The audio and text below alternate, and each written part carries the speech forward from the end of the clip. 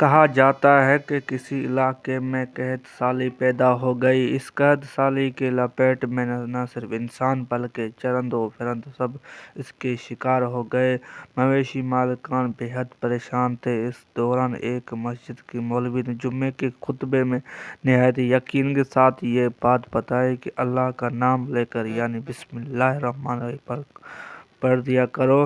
حکم دیا جائے تو وہ بھی نافرمانی نہیں کرتا۔ خطبہ سننے والے میں سے ایک چرواہا بھی موجود تھا۔ مولوی کی یہ بات اس کے دل میں اتر گئی اور اس بات پر اس کی یقین کامل ہو گیا۔ اس نے واپس آ کر اپنی بکریاں کھولیں اور سیدھا دریا پر چلا گیا۔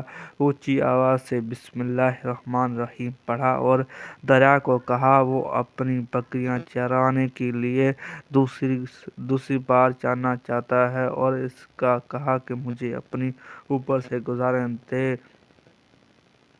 یہ کہہ کر اس نے اپنی بکریوں کو لیا اور دریا پر چلتا ہوا دریا پار کر گیا۔ دریا کے دوسری طرف کا علاقہ گھاس سے بھرا پڑا ہوا تھا۔ درختوں کے پتے بھی سلامت تھے کیونکہ یہاں تک آتے کی رسائی نہیں تھی۔ اس نے خوب اچھی طرح اپنی بکریوں کو سیر کروایا اور واپس لوٹ آیا۔ پھر یہ اس کی معمول بن گیا کہ وہ بکریاں پار چھوڑ کر واپس آ جاتا اور شام کو جا کر بکریاں واپس لے آتا۔ اس کی بکریوں کا وزن دگنا ہو گیا تھا۔ لوگ چونک گئے کہ اس نے سے پوچھا کہ وہ اپنی بکریوں کو کیا کھلاتا ہے۔ وہ سیدھا سادہ اور صاف دل نوجوان تھا۔ اس نے صاف بات بتا دی کہ جناب میں تو بسم اللہ الرحمن الرحیم پڑھ کر دریا پر چلا کر اپنی بکریاں دوسری طرف چرانے لے جاتا ہوں۔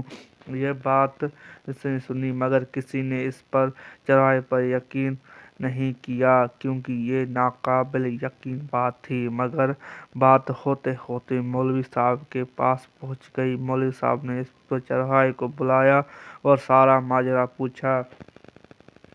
اس چرواہے نے مولوی صاحب کو بے حوالہ بنا لیا کہ مولوی صاحب میں تو آپ کا شکریہ کرنے والا تھا۔ آپ نے جمعے کے خطبے میں جو نسخہ بتایا تھا کہ بسم اللہ کہہ کر دریا کو بھی حکم دو تو وہ بھی کا نہیں کرتا تو میں تو بسم اللہ آپ کے نسخے پر ہی عمل کر رہا ہوں۔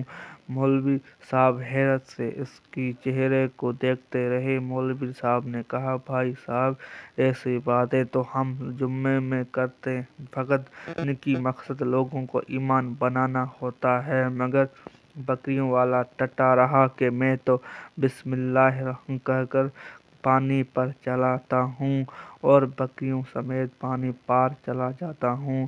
آخرکار مولوی صاحب نے خود یہ تجربہ کرنے کا ٹھانی جسے دیکھنے چرواہے سمیت پورا علاقہ بھی آ گیا۔ مجمع زیادہ تھا۔ مولوی صاحب نے ایک دو بار سوچا کہ انکار کر دوں کہ کہیں ڈوب نہ جاؤں مگر وہ جو مولوی صاحب کو کندھے پر اٹھا کر لائے تھے اب بھی جوش و خروش میں اللہ اکبر کے نعرے لگا رہے تھے اور مولوی صاحب کے حق میں تعریفیں کر رہے تھے۔ آخرکار مولوی صاحب نے اپنے ڈر کو دور کرنے کے لیے ایک رسا منگوایا۔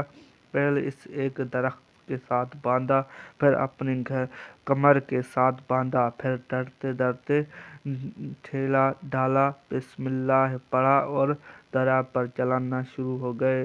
مگر پہلا پاؤں ہی رکھا تھا کہ پانی میں گر گئے۔ مولوی صاحب ڈبکیاں کھانے لگے اور پانی کے بہاؤ میں بہنا شروع ہو گئے۔ لوگوں نے کھینچ کھینچ کر باہر نکالا۔ مولوی صاحب کی اس حرکت نے چرواہے کو پریشان کر دیا کہ مولوی صاحب کی بسم اللہ کو یہ کیا ہو گیا ہے کیونکہ اس کا یہ روز کا معمول تھا۔ اس کے اپنے یقین میں کوئی فرق نہ آیا۔ اس نے بسم اللہ کہہ کر بکریوں کو پانی کی طرف اشارہ کیا اور خود ان کے پیچھے چلتا ہوا پار چھوڑ کر واپس بھی آ گیا۔ لوگ اس کو ولی اللہ سمجھ رہے تھے اور اس کے حق میں نعرے لگا رہے تھے مگر سب سے نیاز سیدھا سادہ انسان تھا۔ وہ مولوی صاحب کے پاس پہنچا اور کہا